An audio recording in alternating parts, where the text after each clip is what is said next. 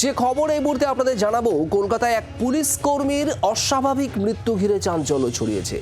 Regent park থানার অন্তর্গত new Tollygunge এলাকা। এখানেই শঙ্কর চট্টোপাধ্যায় আলিপুর থানার এএসআই ছিলেন। তার মৃত্যু হয় এবং অসুস্থ এই পুলিশ কর্মীকে খুন করেছেন তার স্ত্রী এবং ছেলে, এমনটা প্রতিবেশীদের তরফে দাবি করা হচ্ছে। সরাসরি চলে যাব নিউ টালিগঞ্জ থেকে, রয়েছেন আমাদের প্রতিনিধি অয়ন ঘোষাল। অয়ন, ঠিক কি ঘটেছে বলে জানতে পারছো এখনো পর্যন্ত? অয়ন,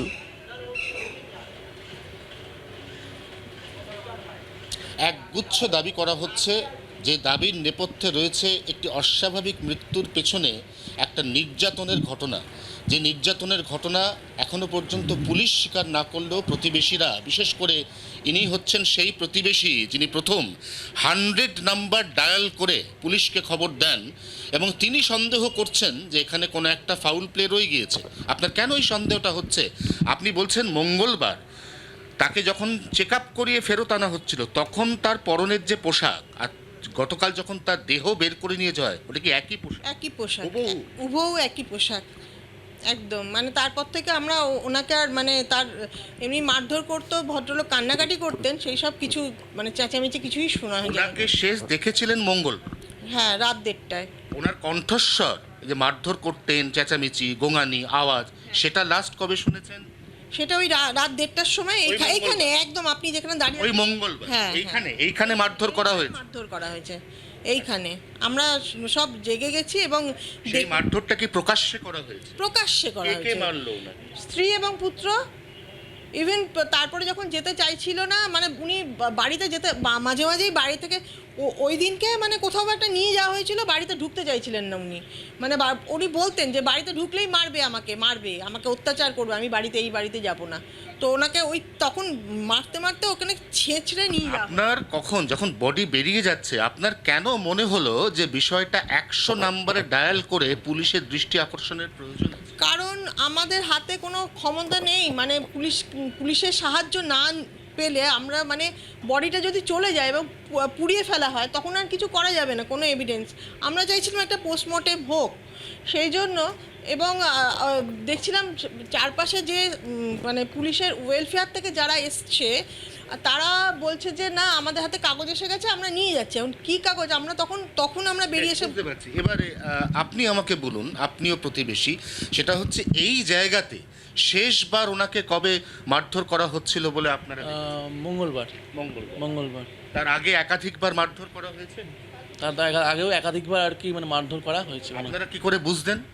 আওয়াজ পেতাম, দেখতাম, কিন্তু কিছু বলার ক্ষমতা ছিল না, কারণ ওনাদের মেন্টালিটিতে এমন। আমরা যদি কিছু বলতে যেতাম, ওনারা এমন ব্যবহার করতেন। আমরা কারণে একজন অসুস্থ 59 বছরের পুলিশ কর্মী, যিনি সামনের বছর 2025 ফেব্রুয়ারিতে যা রিটায়ার করে যাওয়ার কথা, কি কারণে তাকে এরকম অকথ্য শারীরিক নির্যাতন করা হতো বলে আপনাদের মনে হয়? দেখুন, মোটিভ মোটিভ বলতে আমাদের যেটা মনে হয়, একটা তো পারিবারিক একটা কারণ আছে।